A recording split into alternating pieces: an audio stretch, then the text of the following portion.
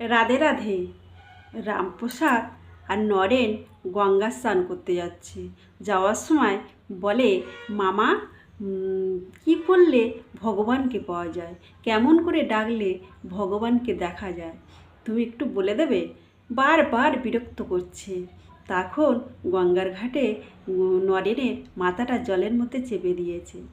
তখন ছটফট ছটফট করছে, যেই ছেড়ে দিয়েছে, সাধে তোমার সবাই পাগল বলে, সত্যিই তুমি পাগল। কেন?